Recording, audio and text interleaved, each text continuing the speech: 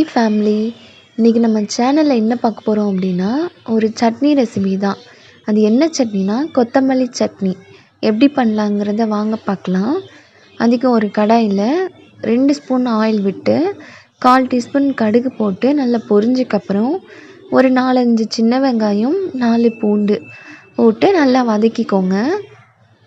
பாருங்கள், நல்லா பொன்னிறமாக வதக்கணும். அதுக்கப்புறம் சின்ன சின்னதாக கட் பண்ண ஒரு 4-5 தேங்காய் சேர்த்து அதையும் நல்லா வதக்கிக்கோங்க.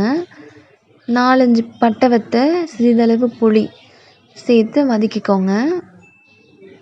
பாருங்கள், நல்லா வதக்கினதுக்கப்புறம் ஒரு கை புதினா, ஒரு கை கொத்தமல்லி நல்லா கழுவி சேர்த்துக்கோங்க. கருவேப்பிலை வேணால் கொஞ்சமாக சேர்த்து நல்லா வதக்கிக்கோங்க. நல்ல மைய வதங்கினோடனே 1/4 டீஸ்பூன் உப்பு போட்டு நல்லா மிக்ஸி ஜாரில் ஆற விட்டு நல்லா விழுதாக அரைச்சிக்கோங்க. அரைச்சி தனியாக வச்சுட்டு ஒரு கடாயில் 2 ஸ்பூன் ஆயில், 1 டீஸ்பூன் கடுகு, கடலப்பருப்பு 1/4 டீஸ்பூன் போட்டு நல்லா பொரிஞ்சதுக்கப்புறம் கருவேப்பிலை கொஞ்சம் போட்டு நல்லா வதக்கிட்டு சட்னியில் கொஞ்சம் தண்ணியாக கலந்துட்டு சட்னியில் கலந்துக்கோங்க. கருவேப்பிலை விழுத சேர்த்து கலந்து இட்லி, தோசை எதுக்கு வேணாலும் தொட்டு சாப்பிட்டா அப்படி இருக்கும்.